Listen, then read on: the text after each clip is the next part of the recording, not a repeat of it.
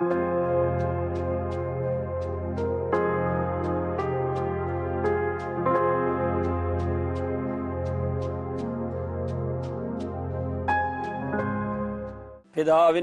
പുത്രൻ്റെയും പരിശുദ്ധാത്മാവിൻ്റെയും നാമത്തിൽ ആമേൻ.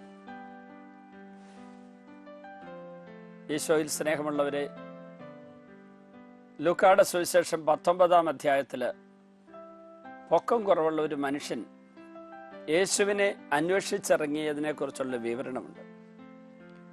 വളരെ രസകരമായിട്ടാണ് നമ്മളത് ആ ബൈബിളിൽ ചിത്രീകരിച്ചിരിക്കുന്നത് വായിക്കുന്നത്. പൊക്കം കുറവുള്ള മനുഷ്യൻ സാധാരണ ജനക്കൂട്ടത്തിന് മുമ്പിൽ നിന്ന് ആരെ കാണാൻ ഉദ്ദേശിക്കുന്ന അവരുടെ തൊട്ടു മുമ്പിൽ, പൊക്കം കൂടുതലുള്ളവരുടെ മുമ്പിൽ നിന്നാണ് കാണേണ്ടത്. പക്ഷേ ഈ സക്കൈവൂസ് സാധാരണക്കാർ ചെയ്യുന്ന വഴിയിലൂടെ അല്ല യേശുവിനെ കാണാൻ, യേശുവിനെ അന്വേഷിച്ചു പോയത്. പൊക്കമുള്ളൊരു മരത്തിൻ്റെ മുകളിൽ കയറിയിരുന്ന് അതിൻ്റെ മുകളിൽ താഴേക്ക് നോക്കിയിരിക്കുക. സത്യത്തിൽ അവൻ്റെ ആത്മാർത്ഥത അതിൻ്റെ പിന്നിലുണ്ട്. അവൻ്റെ ഉള്ളിൽ ഒരു ദൈവവിളിയുണ്ട്. വിശുദ്ധിയിലേക്ക്, മാനസാന്തരത്തിലേക്ക്, പാപകരമായ സമ്പാദ്യങ്ങൾ ഉപേക്ഷിക്കുന്ന ജീവിതത്തിലേക്ക്, പാവങ്ങളെ സഹായിക്കുന്ന ശുശ്രൂഷ ജീവിതത്തിലേക്ക്, യേശുവിൻ്റെ ദാസനാകുന്ന ജീവിതത്തിലേക്കുള്ള വിളി കിട്ടിയവനാണ് അവൻ. ആ വിളിയുള്ളതുകൊണ്ടാണ്, ആ വിളിയുടെ വിളക്കിൻ്റെ വെളിച്ചമാണ്, അതിൻ്റെ ചൂടാണ് അവൻ ഈ മരത്തിൻ്റെ മുകളിൽ എത്തിച്ചത്. അതായത് വിളിവിളക്കിൻ്റെ വെളിച്ചവും ചൂടും. ആ സക്കൈവൂസിന്റെ ദൈവാന്വേഷണത്തിന്റെ പരിസമാപ്തി ആ സംഭവത്തിന്റെ അവസാനത്തിലാണ് കാണുക. ആ കുടുംബം രക്ഷ പ്രാപിച്ചു. യേശുവിനെ അന്വേഷിച്ചിറങ്ങിയ സക്കൈവൂസ് അവസാനം യേശുവിനെ കണ്ടെത്തിയെന്ന് മാത്രമല്ല, യേശു അവനെ ആദ്യം കണ്ടെത്തിയ നിമിഷം മുതൽ അവനിൽ യേശുവിന്റെ വചനങ്ങൾ വലിയ പരിവർത്തനമുളവാക്കി. അതങ്ങനെ മുന്നോട്ട് പോയിക്കൊണ്ടിരുന്ന അവസാനം അവനിൽ യേശുവിനോട് ചേർന്ന് പോകാത്ത എന്തൊക്കെയോ ഉണ്ട്. അതെല്ലാം അവൻ അങ്ങോട്ട് യേശുവിന് മുമ്പിലേക്ക് കൊണ്ടുപോയി വെച്ചു കൊടുത്തു. പാപകരമുണ്ടാക്കിയ സമ്പാദ്യം, വഞ്ചിച്ചെടുത്തത്, അമിത ചുങ്കം പിരിച്ചു കൂട്ടിയ സമ്പത്ത്, അമിത ചുങ്കം പിരിച്ചുണ്ടാക്കിയ സമ്പത്ത് എല്ലാം കൂടെ എന്ത് ചെയ്തവന്? വഞ്ചിച്ചെടുത്തതിന്റെ 4 ഇരട്ടി തിരിച്ചു കൊടുക്കും. സ്വത്തിന്റെ പകുതി ദരിദ്രർക്ക് കൊടുക്കും. എവിടെയൊക്കെയോ എന്തൊക്കെയോ ദൈവികമല്ലാത്തത്, പിതാവിനാ നടപ്പെടാത്ത ചെടികളായത് എന്തൊക്കെയോ ഉള്ളത്, അത് ഓരോന്നോരോന്നായിട്ട് അവനങ്ങ് പറിച്ചെറിയാൻ തുടങ്ങിയപ്പോൾ ഈശോ പറഞ്ഞു, നിന്റെ കുടുംബം രക്ഷ പ്രാപിച്ചു. അപ്പൊ നമ്മൾ യേശുവിന്റെ തിരിഹിതം അന്വേഷിച്ചിറങ്ങുമ്പോൾ, യേശുവിനെ കാണാനിറങ്ങുമ്പോൾ, യേശുവിനെ അന്വേഷിച്ച് ചെല്ലുമ്പോൾ, അല്ലെങ്കിൽ യേശുവിന്റെ സമീപത്തേക്ക് ചെല്ലുമ്പോൾ ഈ മനോഭാവം നമുക്കുണ്ടായിരിക്കണം. അതായത് യേശു നമ്മളെ കണ്ടെത്തുന്നു, നാം യേശുവിനെ കണ്ടെത്തുന്നു. നമ്മൾ യേശുവിനെ കണ്ടെത്താൻ ആഗ്രഹിക്കും. പക്ഷെ നമ്മളെ ഈശോ കാണരുത് നമ്മൾ ആഗ്രഹിക്കുന്നുണ്ടെങ്കിൽ അവിടെ അത്ഭുതം ഉണ്ടാവില്ല. ഈശോ നമ്മളെ കാണുമ്പോൾ നമ്മളായിരിക്കുന്ന അവസ്ഥയിൽ നമ്മളെക്കുറിച്ച് പലതും ഈശോ പറയും. അതൊക്കെ കേട്ടിട്ട് അവിടെ ഈശോയ്ക്ക് സ്വീകാര്യമല്ലാത്തതൊക്കെ ഉപേക്ഷിക്കാൻ തയ്യാറായാൽ നമ്മിലൂടെ ഒരു വലിയ അനുഗ്രഹം കുടുംബത്തിന്, സമൂഹത്തിന്, തിരുസഭയ്ക്ക്, മാനവരാശിക്ക് കിട്ടും. നമുക്കറിയാം, യേശുവിന്റെ തിരുപ്പിറവിയുടെ സമയത്ത് ജ്ഞാനികൾ യേശുവിനെ അന്വേഷിച്ചു വരുന്ന സംഭവം മത്തായിയുടെ സുവിശേഷം 2-ാം അധ്യായത്തിൽ എഴുതി വച്ചിട്ടുണ്ട്. യൂദയായിലെ ബേത്ലഹേമിൽ യേശു ജനിച്ചപ്പോൾ പൗരസ്ത്യദേശത്ത് നിന്ന് ജ്ഞാനികൾ ജെറൂസലേമിലെത്തി.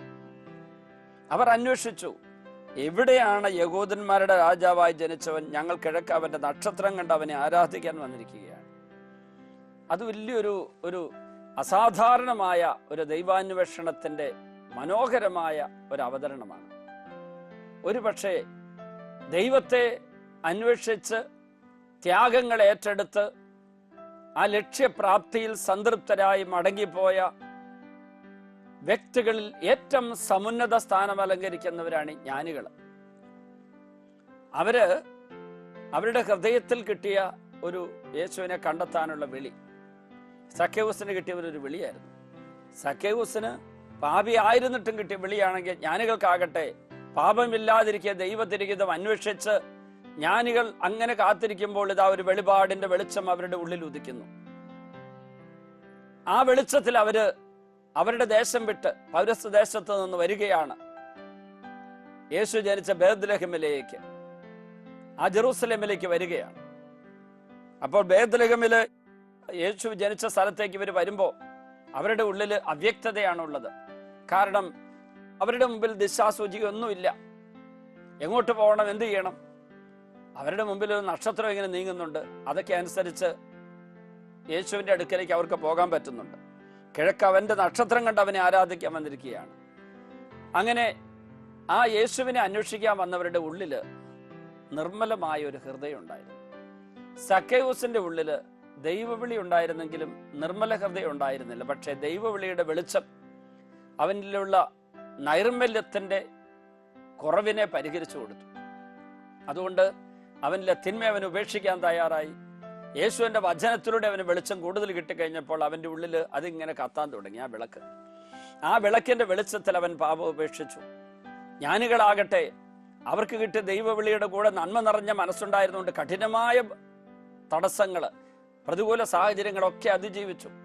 തെറ്റിദ്ധാരണ മൂലം ഒരു രാജകൊട്ടാരത്തിൽ പ്രവേശിച്ചപ്പോൾ കഠിനഹൃദയനായ, ക്രൂരനായ, വഞ്ചകനായ, സൂത്രശാലിയായ ഒരു രാജാവിന്റെ പാപവചസ്സുകൾ കേട്ട് അവരവസാനം വീണ്ടും യേശുവിനെ അന്വേഷിച്ചിറങ്ങിയെങ്കിലും അവന്റെ പാപവാക്കുകൾക്കനുസരിച്ചുള്ള ഒരു പാപ നടപടിയിലേക്ക് ജ്ഞാനികൾ പോയില്ല. കാരണം തമ്പുരാൻ അവർക്ക് വെളിച്ചം വീണ്ടും കൊടുത്തു. അവർക്ക് ഉള്ളിലൊരു വിശുദ്ധമായിട്ടുള്ള ജ്വലനം ഉണ്ടായിരുന്നതുകൊണ്ട് തമ്പുരാൻ നിരന്തരം ഒരു വഴി നടത്തി. ഇതാണ് ജ്ഞാനികളുടെ സംഭവത്തിൽ നമ്മൾ കാണുന്നത്. എന്നാൽ ഹെരോദസിലേക്ക് നമുക്ക് പോകാം. അവനും യേശുവിനെ അന്വേഷിക്കുക. പക്ഷേ ഹെരോദസിന്റെ യേശുവിനെ അന്വേഷിക്കുന്ന അന്വേഷണത്തിന് യാതൊരു വിശുദ്ധിയില്ല. ഞാനൊരു കാര്യം ഓർക്കുകയാണേ, ഇവിടെ ധ്യാനിപ്പിച്ചുകൊണ്ടിരിക്കുമ്പോൾ 3 ചെറുപ്പക്കാര് എൻ്റെ അടുത്ത് വന്ന് പറഞ്ഞു, ഞങ്ങൾക്കിവിടെ ഒരു 6 മാസത്തേക്ക് താമസിച്ച് മതപഠനം നടത്തണം. ഞാൻ ചോദിച്ചു, പേരെന്താണ്? അപ്പോൾ അവർ പേരൊക്കെ പറഞ്ഞു. അത് കേട്ട ഉടനെ എൻ്റെ ഉള്ളിൽ തോന്നി, ഇത് ശരിയല്ല ഇവർ പറയുന്നത്, ഒരു തോന്നല. അപ്പോൾ ഞാൻ ചോദിച്ചു, നിങ്ങൾ എന്താ പഠിക്കാൻ വരുന്നത്? അപ്പോൾ അവർ പറഞ്ഞു, ജീസസിൽ ഞങ്ങൾക്ക് വലിയ വിശ്വാസമുണ്ട്. ജീസസ് ശരിക്ക് ദൈവമാണെന്ന് ഞങ്ങൾ വിശ്വസിക്കുന്നു. അപ്പോൾ ഇവിടെ ഒരു കുറച്ചു കാലം ഇരുന്ന് പഠിച്ച് ഞങ്ങൾക്ക് ശരിക്ക് മതം മാറി ക്രിസ്ത്യാനികളാകാൻ ആഗ്രഹമുണ്ട്. ഞാൻ പറഞ്ഞു, അതിനുള്ള സ്ഥലം ഇതല്ല. കാരണം എനിക്ക് അവരുടെ ഉള്ളിലുള്ള ആ ഒരു അവസ്ഥ മനസ്സിലായി. ഞാൻ പറഞ്ഞു, നിങ്ങൾക്ക് മറ്റെന്തോ ലക്ഷ്യത്തോടു കൂടി വന്നിരിക്കുന്നതല്ല, ശരിക്ക് നിങ്ങളിവിടെ യേശുവിനെ അന്വേഷിച്ചു വന്നവരാണ്. അപ്പോൾ അവർ പിന്നെ അവരുടെ സ്വഭാവ സ്വരമൊക്കെ അങ്ങ് മാറി. അവർ നിർബന്ധപൂർവ്വം എന്നോട് പറഞ്ഞു, ഫാദറിന് അതിന് അനുവാദമൊന്നുമില്ല, ഇവിടെ ആര് വന്നാലും ഇവിടെ സ്വീകരിക്കണമെന്ന ഫാദറിന് നിർദ്ദേശം കിട്ടിയിരിക്കുന്നു. ഞാൻ പറഞ്ഞു, ആര് വന്നാലും സ്വീകരിക്കാൻ എന്നോട് ആരും പറഞ്ഞിട്ടില്ല. ദൈവത്തെ തേടി വരുന്ന എല്ലാവരെയും ഇവിടെ സ്വീകരിക്കും. അപ്പോൾ അവർ പറഞ്ഞു, ഞങ്ങൾ ദൈവത്തെ തേടി വന്നവരാ. പ്രിയപ്പെട്ടവരെ, പക്ഷേ പരിശുദ്ധാത്മാവ് എനിക്ക് സന്ദേശം തന്നുകൊണ്ടിരുന്നു, അല്ല അല്ല അല്ല. ഞാൻ ഒരു അരമണിക്കൂർ സംസാരിച്ച് കഴിയുമ്പോൾ 3 പേർ കോപാക്രാന്തരായി വലിയ ദേഷ്യത്തോടെ എന്നോട് പ്രതികരിച്ചു. അവര് മറ്റൊരു ലക്ഷ്യത്തോടെ വന്നവരായിരുന്നു, ശരിക്കും യേശുവിനെ തേടി വന്നവരായിരുന്നില്ല. ഒരു പക്ഷേ യേശുവിൻ്റെ പക്കലേക്ക് വരുന്ന പലരും യേശുവിനെ ഹൃദയത്തിൽ സ്വീകരിക്കാൻ ഹൃദയവാതിൽ തുറന്നായിരിക്കില്ല വരിക. ഹൃദയവാതിൽ തുറന്ന് യേശുവിനെ സ്വീകരിക്കാൻ വരുന്നവർക്ക് മുൻവിധികൾ ഉണ്ടാവില്ല, സത്യാന്വേഷണം ഉണ്ടാകും. അവരുടെ മനസ്സ് ദൈവത്തിൻ്റെ സത്യത്തിലേക്ക് തിരിഞ്ഞിരിക്കുന്നതായിരിക്കും. അവരുടെ ബുദ്ധിയും അവരുടെ ആത്മാവിൽ പ്രവേശിക്കുന്ന ദൈവത്തിൻ്റെ പ്രകാശം കൊണ്ട് പ്രകാശിതമായിരിക്കും. ഇല്യൂമിൻഡ് ഇന്റലക്റ്റ് എന്ന് വിളിക്കാം. ഹെരോദോസിനെ സംബന്ധിച്ച് ആ ജ്ഞാനികളോട് പറഞ്ഞു, നിങ്ങൾ അവനെ പോയി കണ്ടിട്ടേ എവിടെയാണ് അവൻ ജനിച്ചതെന്ന് എന്നോട് പറയണം, എനിക്ക് അവനെ പോയി ആരാധിക്കണം. മാത്രമല്ല അവിടെയുള്ള യഹൂദരെ വിളിച്ചുകൂട്ടി, പ്രധാന പുരോഹിതന്മാരെയും ജനത്തിനിടയിലെ നിയമജ്ഞരെയും വിളിച്ചുകൂട്ടി, ക്രിസ്തു എവിടെയാണ് ജനിക്കാൻ പോകുന്നതെന്ന് അവൻ ചോദിച്ചു. അവിടെയുള്ള പ്രവാചക വചനങ്ങൾ കൃത്യമായിട്ട് ആ സമയത്ത് നിയമപണ്ഡിതന്മാരും ഒക്കെ പുരോഹിതന്മാരും വെളിപ്പെടുത്തി കൊടുത്തു. അപ്പോഴാണ് ജ്ഞാനികളോട് പറഞ്ഞത്, അവനെ പോയി കണ്ടുപിടിക്കുക, അവനെ ആരാധിക്കുക, എനിക്കും പോകണം. ഇവിടെ ഹെരോദസിന്റെ യേശു അന്വേഷണം, സത്യാന്വേഷണം, സത്യത്തിൽ അവൻ്റെ ഉള്ളിലുള്ള കള്ളത്തരത്തിൽ നിന്നും ഭയത്തിൽ നിന്നും അസ്വസ്ഥതയിൽ നിന്നും അരക്ഷിത ബോധത്തിൽ നിന്നുണ്ടായ ഒരു നടപടി മാത്രമായിരുന്നു. അങ്ങനെയുള്ള ആൾക്ക് യേശുവിലൂടെ ഒരു പ്രകാശം കിട്ടിയില്ല. മർക്കോസിന്റെ സുവിശേഷം 12-ാം അധ്യായത്തിൽ 12-ാമത്തെ വചനത്തിലും അതുപോലെ 14-ാം അധ്യായത്തിന്റെ 1-ാം വചനത്തിലും നമുക്കറിയാം, യേശുവിനെ പിടികൂടാൻ വേണ്ടി യഹൂദ നേതാക്കൾ യേശുവിനെ അന്വേഷിക്കുന്നുണ്ട്. അവിടെയൊന്നും അവരൊരു സത്യമനസ്സോടെ വിശുദ്ധ മനസ്സോടെ അല്ല യേശുവിനെ അന്വേഷിച്ചത്. മർക്കോസിന്റെ സുവിശേഷം 14-ാം അധ്യായത്തിന്റെ 11-ാം തിരുവചനത്തില് യൂദാസിനെ കുറിച്ച് പറയുന്നുണ്ട്. യൂദാസ് യേശുവിനെ ഒന്ന് കാണിച്ചു കൊടുക്കാൻ പോവുക. യഹൂദ പ്രമാണികൾ, നിയമജ്ഞരും ഫരിസേയരും എല്ലാവരും യേശുവിനെ അന്വേഷിക്കുന്നുണ്ട്. അവരെന്തിനാ യേശുവിനെ അന്വേഷിക്കുന്നത്? ജനക്കൂട്ടം ഇല്ലാത്തപ്പോൾ അവനെ ഒറ്റയ്ക്ക് പിടികൂട്ടും. ജനക്കൂട്ടം ഉള്ളപ്പോൾ അവനെ കണ്ടെത്തിയ വലിയൊരു അവസരം ഉണ്ടായിരുന്നു. ദേവാലയ ശുദ്ധീകരണ അവസരത്തിൽ അവൻ അവിടെയുള്ള ആ ദേവാലയത്തിന്റെ പുറത്തുള്ള അങ്കണത്തിലെ കച്ചവടക്കാരുടെ മേശകളൊക്കെ മറിച്ചിട്ട് വലിയ ബഹളം ഉണ്ടാക്കി, നിങ്ങൾ ഇതിനെ കള്ളന്മാരുടെ ഗുഹയാക്കുന്ന പരസ്യപ്രസ്താവന നടത്തിയപ്പോൾ അവിടെ പുരോഹിതരൊക്കെ അറിഞ്ഞിട്ടുണ്ടിത്. ആ സാഹചര്യത്തിൽ ഇതെല്ലാം അറിഞ്ഞിട്ട് അവനെ പിടികൂടാൻ അവർക്ക് ഭയമുണ്ട്. കാരണം ജനക്കൂട്ടത്ത് നടുവിൽ വെച്ച് അങ്ങനെ ചെയ്താൽ അത് വലിയ പ്രശ്നമായി തീരും. കാരണം ജെറൂസലേം ദേവാലയത്തിന്റെ ഈ മുറ്റത്ത് പുറത്തുനിന്ന് വരുന്ന ജനങ്ങൾക്ക് ഉപകാരം കൊടുക്കാനാണെന്നും പറഞ്ഞ് കയ്യാഫാസിന്റെ കാലത്ത് തുടങ്ങിയ ഒരു പരിപാടിയാണ് ഈ കച്ചവടം. അപ്പൊ കയ്യാഫാസ് തുടങ്ങി വെച്ച ഈ കച്ചവട പരിപാടി അവിടെയുള്ള എല്ലാവർക്കും അറിയാം. ഇതിന്റെ കൂടെ വലിയൊരു ബിസിനസ് നടക്കുകയാണ്. അവിടെ ശുശ്രൂഷയല്ല അവരുടെ പ്രധാനപ്പെട്ട ലക്ഷ്യം, കച്ചവടമാണ്. അത് യേശു അതിനെ എതിർത്തപ്പോൾ അതിനെ ചോദ്യം ചെയ്യാനുള്ള ധാർമ്മിക ശക്തി അവർക്കില്ല. ഭയമുണ്ട്, ജനത്തെ കൂട്ടത്തെ ഭയമുണ്ട്. അവരുടെ മനസാക്ഷിയിൽ ഒരു കുറ്റപ്പെടുത്തലും അവരനുഭവിച്ച് കാണുമായിരിക്കും. പക്ഷെ അവര് യേശുവിനെ പിടികൂടാൻ പറ്റിയ ജനക്കൂട്ടമില്ലാത്ത ഒരു അവസരം നോക്കിയിരിക്കുമ്പോൾ കള്ളമനസ്സോടുകൂടി യൂദാസ് യേശുവിന്റെ ശത്രുക്കളുടെ അടുക്കൽ ചെന്നിട്ട് പറഞ്ഞു, ഞാൻ അവനെ ഏൽപ്പിച്ചു തരാം. ആ അവസരം അവൻ നോക്കിയിരിക്കുക. അവൻ യേശുവിനെ അന്വേഷിച്ചുകൊണ്ടിരിക്കുക. അവൻ തക്ക സമയം പാർത്തിരിക്കുകയാണ് യേശുവിനെ ഒറ്റ കൊടുക്കാൻ വേണ്ടി. അതുപോലെ തന്നെ നമുക്ക് വേറെ ഒരു യേശുവിനെ അന്വേഷിച്ച ഒരു സംഭവം കൂടെ വായിക്കാം. മർക്കോസ് സുവിശേഷം 16-ാം അധ്യായത്തിൽ 6-ാമത്തെ തിരുവചനത്തില് അവിടെ ഭക്ത സ്ത്രീകള് യേശുവിന്റെ മരണശേഷം, ശവസംസ്കാരത്തിന് ശേഷം യേശുവിനെ അന്വേഷിച്ചിറങ്ങുന്ന ഒരു സംഭവമുണ്ട്. യേശുവിന്റെ ശവകുടീരത്തിലേക്ക് പോകുന്നു. അവിടെ ചെല്ലുമ്പോൾ യേശുവിന്റെ ശരീരം അവിടെ കാണുന്നില്ല. അവിടെയാണ് മറിയം മഗ്ദലന യേശു അന്വേഷണം നിർത്താതെ അന്വേഷണം തുടരുകയാണ്. അപ്പസ്തലന്മാരുടെ വിവരം എല്ലാം പറയുന്നുണ്ട്. എന്നിട്ട് അവൾ അന്വേഷണം തുടരുകയാണ്. പത്രോസും യോഹന്നാനും ഒക്കെ വന്ന് കണ്ടിട്ട് തിരിച്ചുപോയി. എന്നിട്ടും മറിയം മഗ്ദലന അന്വേഷണം അവസാനിപ്പിക്കുന്നില്ല. അപ്പോഴാണ് യേശു അവളുടെ മുമ്പിൽ പ്രത്യക്ഷനായി, ഉദ്ധിതനായ കർത്താവ് പ്രത്യക്ഷനായി ലോകത്തില് ഒരു വ്യക്തിക്കും കിട്ടാത്തൊരു ഭാഗ്യം അവൾക്ക് സമ്മാനിച്ചത്. എന്തായിരുന്നു അത്? ഉദ്ധിതനായ കർത്താവ് ആദ്യമായി പ്രത്യക്ഷപ്പെട്ടത് മറിയം മഗ്ദലനയ്ക്ക്, വേറെ ആർക്കും പ്രത്യക്ഷപ്പെടുന്നതിന് മുമ്പ്. കാരണം അവരുടെ ആന്തരികമായിട്ടുള്ള ആത്മീയമായിട്ടുള്ള അഭിഷേക നിറവിൽ അവൾ യേശുവിനെ അന്വേഷിക്കുന്ന പ്രക്രിയ തുടർന്നുകൊണ്ടിരുന്നു. പ്രതികൂല സാഹചര്യങ്ങളിൽ മനസ്സമെടുത്തു പോയില്ല. യേശുവിനെ അന്വേഷിക്കുന്ന, യേശുവിന്റെ തിരുഹിതം അന്വേഷിക്കുന്ന എല്ലാവരും പ്രതികൂല സാഹചര്യങ്ങൾ വരുമ്പോൾ, പ്രതിസന്ധികൾ വരുമ്പോൾ, പ്രശ്നങ്ങൾ വരുമ്പോൾ മനസ്സ് പതറിയും മനസ്സിടിഞ്ഞും മനസ്സ് തളർന്നും തകർന്നും ആ പരിശ്രമം ഉപേക്ഷിക്കരുത്. പ്രിയപ്പെട്ടവരെ, ഞാനൊരു സംഭവം ഓർക്കുകയാണേ. ഒരു കോളേജ് അധ്യാപകൻ, ഭാര്യ സ്കൂൾ അധ്യാപികയാണ്. രണ്ടുപേരും വളരെയേറെ ആത്മീയ ജീവിതമൊക്കെ നയിച്ചിരുന്നവരായിരുന്നു. ഒത്തിരി ദുരിതങ്ങളും പ്രയാസങ്ങളൊക്കെ അവരുടെ ജീവിതത്തിൽ വന്നു. എന്ത് ചെയ്യണമെന്നറിയാതെ വല്ലാതെ ക്ലേശിക്കുന്ന അവര് ആ കഷ്ടപ്പാടിന്റെ കാലത്ത് നിരന്തരമായി പ്രാർത്ഥനയിലും ഉപവാസത്തിലൊക്കെ കാത്തിരുന്നു. ഒത്തിരി ദുരിതങ്ങളുണ്ട്. എൻ്റെ നീണ്ട ലിസ്റ്റ് ഞാൻ ഇവിടെ പറയുന്നില്ല. ഈ വലിയ പ്രയാസങ്ങളുടെ നടുവിൽ അവരൊരിക്കലും യേശുവിൻ്റെ തിരുമുമ്പിലിരുന്നുള്ള പ്രാർത്ഥനയിൽ നിന്ന് പിൻവാങ്ങിയില്ല. നീണ്ട 21 വർഷക്കാലം അവരങ്ങനെ പോയി. 21 വർഷം കഴിഞ്ഞ ആ കാലഘട്ടത്തിൽ അവര് പോട്ട ധ്യാന കേന്ദ്രത്തിൽ എത്തിയപ്പോഴാണ് ഞാൻ അവരെ കാണുന്നത്. 21 വർഷം കാത്തിരുന്നവർ. ഒത്തിരി പ്രയാസങ്ങളും ദുരിതങ്ങളൊക്കെ ഉണ്ടായി. അവർ പോട്ടയാശ്രമത്തിൽ വന്നത് ബഹുമാനപ്പെട്ട മാത്യു നായ്ക്കമ്പറമ്പലച്ചനെ ഒന്ന് കാണാൻ വേണ്ടിയാണ്. അച്ഛൻ അവിടെ എവിടെയോ പോയിരിക്കുകയാണ്. സ്വന്തം വണ്ടിയല്ല വന്നിരിക്കുന്നത്. കോളേജ് അധ്യാപകനാണ്, ഭാര്യ സ്കൂൾ ടീച്ചറാണ്. രണ്ടുപേരും അവിടെ എത്തി. റിട്ടയർഡ് കമ്മിറ്റ്മെന്റ് കഴിഞ്ഞു. അതുകൊണ്ട് അവർക്ക് കുറച്ചു കാലത്തേക്ക് ഇനി ആത്മീയ ജീവിതത്തിൽ വളരണമെന്ന് ആഗ്രഹമുണ്ട്. നാക്യമറിച്ചനെ മലബാറിൽ എവിടെയോ ധ്യാനിപ്പിക്കാൻ പോയിരിക്കുക. അപ്പോൾ അവരെന്നോട് ചോദിച്ചു, എവിടെയാണെന്ന് അഡ്രസ്സ് ഒന്ന് പറഞ്ഞു തരാമെങ്കിൽ ഞങ്ങൾ അങ്ങോട്ട് പോയിക്കൊള്ളാം. പക്ഷേ എനിക്ക് അവിടെ ചെന്ന് ഇവർക്ക് അച്ഛനെ കാണാൻ പറ്റുമെന്ന് ഉറപ്പുണ്ടായിരുന്നു. കാരണം അച്ഛൻ അവിടെ നല്ല തിരക്കുണ്ട്. അത് പൂർത്തിയാകുന്നതിന് മുമ്പ് അച്ഛൻ അവിടെ നിന്ന് പോരേണ്ടിയും വരണം, വേറെ സ്ഥലത്ത് പോകാനുണ്ടെന്നൊക്കെ എനിക്കറിയാമായിരുന്നു. അതുകൊണ്ട് ഞാൻ പറഞ്ഞു, നിങ്ങൾ അതേ സമയത്ത് മറ്റൊരു കാര്യം ചെയ്യുന്നത് നല്ലതായിരിക്കും. ഈ ആഴ്ച ഇവിടെ ഇരുന്ന് ധ്യാനിക്കുക. ഈ ആഴ്ചയുടെ അവസാനം അച്ഛൻ തിരിച്ചു വരും. അപ്പോൾ ഞാൻ തന്നെ നിങ്ങളെ മുരിങ്ങൂർ ഡിവൈൻ ധ്യാന കേന്ദ്രത്തിൽ കൊണ്ട് ഈ അച്ഛന് മുമ്പിൽ അവതരിപ്പിക്കാം. അവർ രണ്ടുപേരും സമ്മതിച്ചു. ആ ധ്യാനത്തിൽ, പോട്ടെ ആശ്രമത്തിൽ അന്ന് 300ഓളം പേർക്ക് ധ്യാനിക്കാൻ സൗകര്യമുള്ളത്.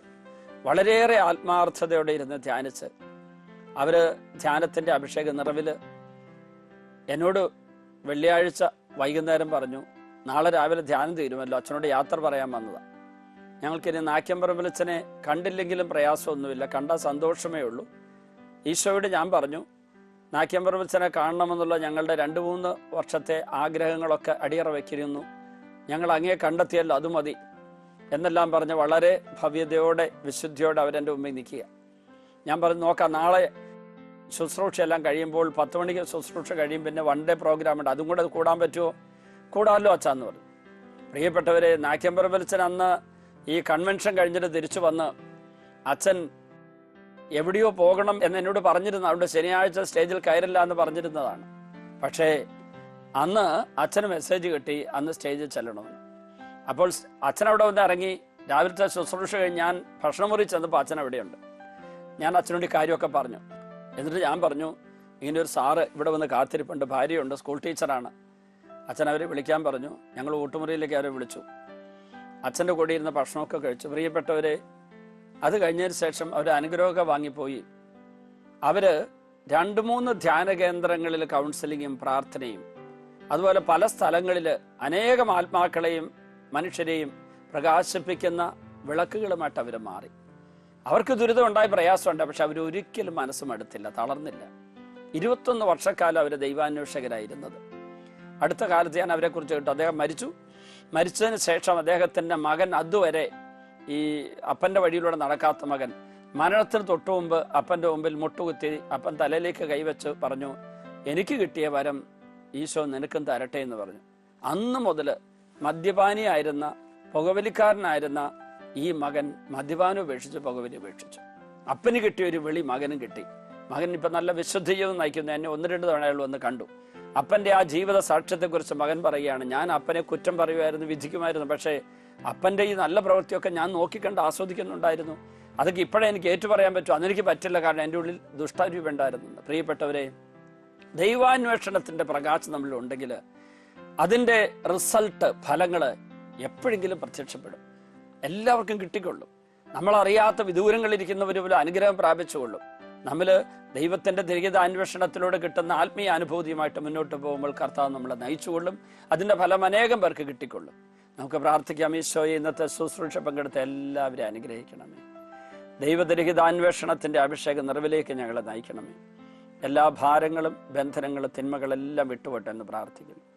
അഭിഷേക നിറവ് നൽകണമേ എന്ന് പ്രാർത്ഥിക്കുന്നു. എല്ലാ ദുഷ്ടശക്തികളെയും പരാജയപ്പെടുത്തണമെന്ന് പ്രാർത്ഥിക്കുന്നു. ഇന്നത്തെ ശുശ്രൂഷ പങ്കെടുത്തവർക്ക് അത്ഭുത രോഗശാന്തിയും അനുഗ്രഹങ്ങൾ നൽകണമേ. പിതാവിൻ്റെയും പുത്രൻ്റെയും പരിശുദ്ധാത്മാവിൻ്റെയും നാമത്തിൽ ആമേൻ.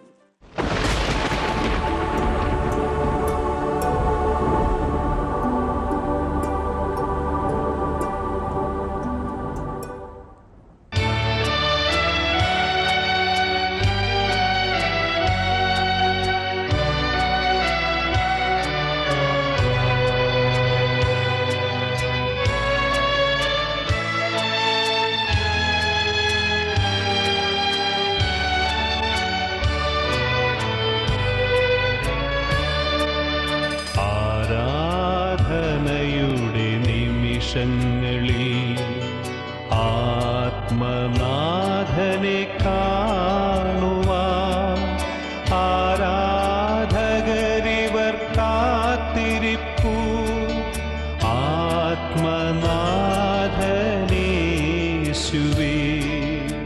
ആരാധനയുടെ നിമിഷങ്ങളിൽ ആത്മനാഥനെ കാണുവാൻ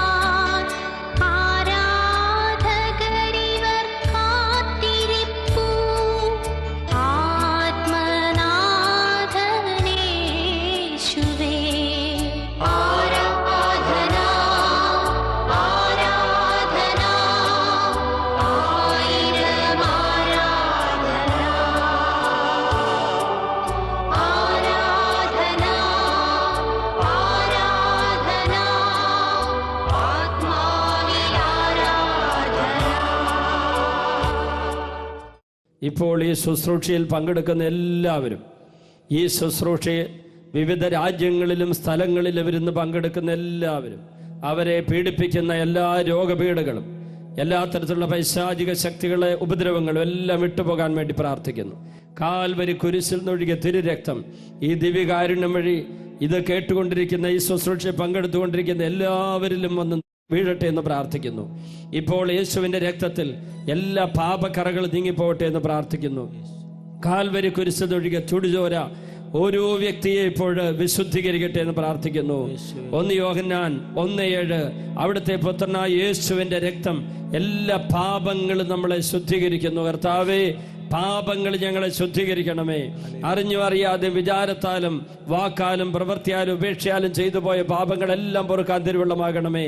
തിരുരക്തം ഞങ്ങളുടെ മേൽ വീഴ്ത്തണമേ കർത്താവേ.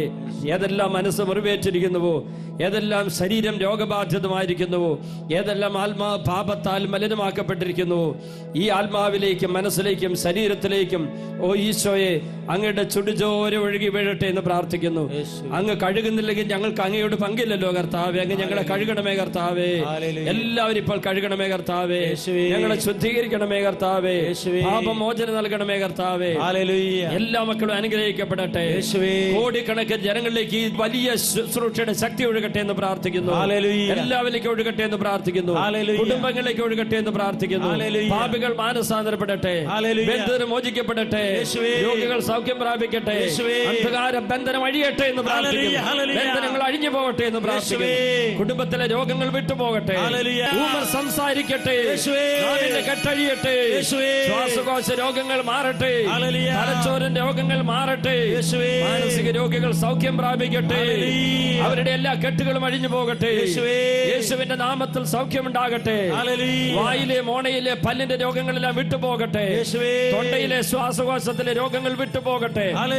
ഹൃദയത്തിന്റെ രോഗങ്ങൾ വിട്ടുപോകട്ടെ. ആമാശയത്തിന്റെ രോഗങ്ങൾ വിട്ടുപോകട്ടെ. കുടലിലെ രോഗങ്ങൾ വിട്ടുപോകട്ടെ. എല്ലാ രോഗികളും സൗഖ്യം പ്രാപിക്കട്ടെ. പ്രമേഹ രോഗം വിട്ടുപോകട്ടെ. പാൻക്രിയാസ് സൗഖ്യം പ്രാപിക്കട്ടെ. കരൾ രോഗം വിട്ടുപോകട്ടെ. എല്ലാ നാഡീഞരമ്പുകളും ബലം പ്രാപിക്കട്ടെ.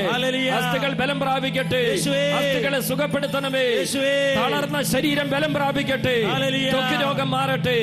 രക്തത്തിന്റെ വൈകല്യങ്ങൾ വിട്ടുപോകട്ടെ. എല്ലാ രോഗികളും സൗഖ്യം പ്രാപിക്കട്ടെ. അത്ഭുതകരമായി സൗഖ്യം ഒഴുകട്ടെ. യേശുവിന്റെ നാമത്തിൽ ബന്ധനങ്ങൾ അഴിയട്ടെ. കെട്ടുകൾ അഴിയട്ടെ. മുറിവുകൾ മാറട്ടെ. എല്ലാവരും സൗഖ്യം പ്രാപിക്കട്ടെ. എല്ലാ പാപങ്ങളും നീങ്ങി പോകട്ടെ. കുടുംബങ്ങൾ ഐശ്വര്യം നിറയട്ടെ. അനുഗ്രഹം നിറയട്ടെ. സമൃദ്ധി നിറയട്ടെ. ഹല്ലേലൂയ.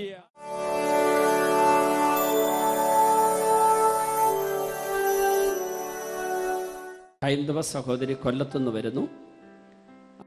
ഇടത് കണ്ണിന് പുകച്ചില് ചൊന്ന് കലങ്ങിയിരിക്കുന്നു. കണ്ണിൽ നിന്ന് വെള്ളം വരുന്നു. ആ കണ്ണിന് കാഴ്ചയെ മങ്ങിപ്പോയി. ഇപ്പോൾ കണ്ണിന് പുകച്ചിലുമില്ല. കണ്ണിൽ നിന്ന് വെള്ളവും വരുന്നില്ല. കണ്ണിന് കാഴ്ചയും കിട്ടി. വലത് കണ്ണ് അടച്ചു പിടിച്ച രാധാമണി ഇപ്പോൾ ശരിക്ക് കാണാൻ പറ്റുന്നുണ്ടോ? ആ കണ്ണിലെ പുകച്ചില് മാറി. വെള്ളം വരുന്ന അവസ്ഥയും മാറി. ആരാ സുഖപ്പെടുത്തിയത്? യേശു. കൈയടിച്ച് ഈശോയ്ക്ക് നന്ദി പറയാം. ഹല്ലേലൂയ. Praise the Lord. ഇപ്പോൾ അത്ഭുതകരമായ ഒരു രോഗശാന്തി സാക്ഷ്യം നൽകുന്നത് ലൂസിയ എന്ന സഹോദരിയാണ്. 6 വർഷങ്ങൾക്ക് മുമ്പ് ലൂസിയയുടെ പേര് ലൈല കുമാരി എന്നായിരുന്നു. മാമോദിസ സ്വീകരിച്ച് ഇപ്പോൾ യേശുവിൽ വിശ്വസിക്കുന്ന ഈ സഹോദരി 48 വയസ്സായി. 48 വർഷങ്ങൾക്ക് മുമ്പ് ജനിച്ചപ്പോൾ തന്നെ ലൂസിയയുടെ ഇടത് കണ്ണ് കാഴ്ചയില്ലെന്ന് മാത്രമല്ല, ചുരുങ്ങി വളരെ ചെറുതായിട്ടിരുന്ന ഒരു കണ്ണായിരുന്നു. ഒരു പൊട്ട് പോലെ മാത്രം കാണപ്പെടുന്ന ചെറിയ കണ്ണ്. 4 വർഷങ്ങൾക്ക് മുമ്പ് ഇവിടെ മുരുകൂർ ഡിവൈൻ ധ്യാന കേന്ദ്രത്തിൽ ധ്യാനം കൂടിയപ്പോൾ ആ കണ്ണ് സാധാരണ നിലയിൽ വലത് കണ്ണുപോലെ തന്നെ വലുതായി തീർന്നു. പക്ഷെ ആ കാഴ്ച തിരിച്ചു കിട്ടിയില്ല. ഈ 2014 ജൂലൈ 20 മുതലുള്ള ആ ധ്യാനത്തിൽ കൂടിയ ഈ സഹോദരി ഇവിടെ രോഗശാന്തി ശുശ്രൂഷ നടക്കുമ്പോൾ ആ കണ്ണിന് കാഴ്ച തിരിച്ചു കിട്ടി എന്നുള്ള അത്ഭുതകരമായ അനുഭവത്തിലൂടെ കടന്നു വരികയാണ്. ഇപ്പോൾ ലൂസിയ തന്നെ സാക്ഷ്യം പറയുകയാണ്. പറഞ്ഞോളൂ, പേരൊക്കെ പറഞ്ഞ് പരിചയപ്പെടുത്തൂ. എൻ്റെ പേര് ലൂസിയ. 48 വയസ്സായി. രമ്മയെ കൊച്ചു കണ്ണായിരുന്നു. ആ കണ്ണിൽ ഒരു പൊടി കാഴ്ചയില്ലായിരുന്നു. വലത്തെ കണ്ണിൻ്റെ കാഴ്ചയിലാണ് ഇത്രയും നാൾ ദൈവം എന്നെ കൊണ്ട് നടത്തിച്ചത്. എൻ്റെ ഭർത്താവിൻ്റെ അസുഖമേറുമാണ് എന്നെ ദൈവത്തിൻ്റെ മുമ്പേ കൊണ്ടെത്തിച്ചത്. ദൈവത്തിന് 100,000 നന്ദി. ഇപ്പോൾ ആ കണ്ണ് 2 കണ്ണ് ഒരേപോലെ കാഴ്ച കിട്ടിയിട്ടുണ്ട്. ആ കണ്ണിനെ കൊണ്ട് ഈ കണ്ണും കൊണ്ട് ഒരേപോലത്തെ കാഴ്ച കിട്ടിയ ദൈവത്തിന് ഒരേ നന്ദി. ഇപ്പോൾ ഇടത് കണ്ണിന് ഇവിടെ വന്നപ്പോൾ കാഴ്ചയില്ലായിരുന്നു. കാഴ്ചയില്ലായിരുന്നു. ഈ ആഴ്ച ധ്യാനത്തിൽ ഈ ആഴ്ചത്തെ ഗാനത്തില് എനിക്ക് കാഴ്ച നല്ലത് കിട്ടി. തിങ്കളാഴ്ചയാണോ ചൊവ്വാഴ്ച വൈകുന്നേരത്തെ ആരാധനയുടെ അവസരത്തില് ആ കണ്ണിന് കാഴ്ച പൂർണ്ണമായിട്ട് കിട്ടി. ഇപ്പോൾ വലത് കണ്ണ് അടച്ചു പിടിച്ചാലും കാണാം. വലത് കണ്ണ് അടച്ചു പിടിച്ചേ ഇപ്പോൾ എല്ലാം കാണാൻ പറ്റുന്നുണ്ട്. 48 വർഷങ്ങളായി ജന്മനാ കാഴ്ചയില്ലാതിരുന്ന ചുരുങ്ങിപ്പോയ ഇടത് കണ്ണാണ് കർത്താവ് അത്ഭുതകരമായി തൊട്ട് സുഖപ്പെടുത്തിയത്.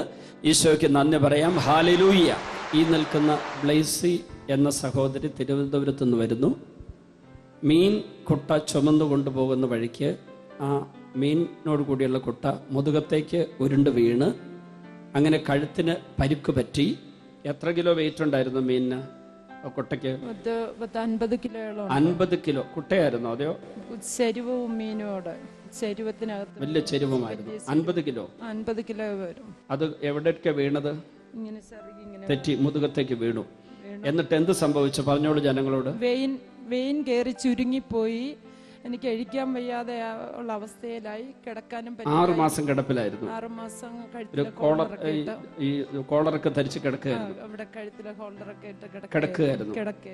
അതിനുശേഷം ഇവിടെ വന്നപ്പോഴും വേദന ഉണ്ടായിരുന്നു. അല്ല, അതിനുശേഷം ഈ കൈ പൊക്കുമ്പോഴെനിക്ക് ഇവിടെ എല്ലാം വേദനയ്ക്കുമായിരുന്നു. ഇപ്പൊ കൈ പൊക്കിക്കേ, മൈക്ക് കൊടുത്ത്. ആദ്യത്തെ പ്രാർത്ഥനയുടെ സമയത്ത് ഞാൻ അവിടെ ഇരുന്നിട്ടും കൈ പൊക്കിയപ്പോ എനിക്ക് നല്ല വേദന അനുഭവപ്പെട്ടിട്ടുണ്ടായിരുന്നു. ഇപ്പം ഈ പ്രാർത്ഥനയുടെ സമയത്ത് അച്ഛൻ പ്രാർത്ഥിച്ചതിന് ശേഷം ഞാൻ കൈ പൊക്കിയപ്പോഴും എനിക്കൊരു വേദനയില്ല. പൂർണ്ണമായിട്ട് മാറി. 2 വർഷം കൊണ്ടായ അപകടമാണ്. കൈയടിച്ച് ഈശോയ്ക്ക് നന്ദി പറയാം. ഹല്ലേലൂയ.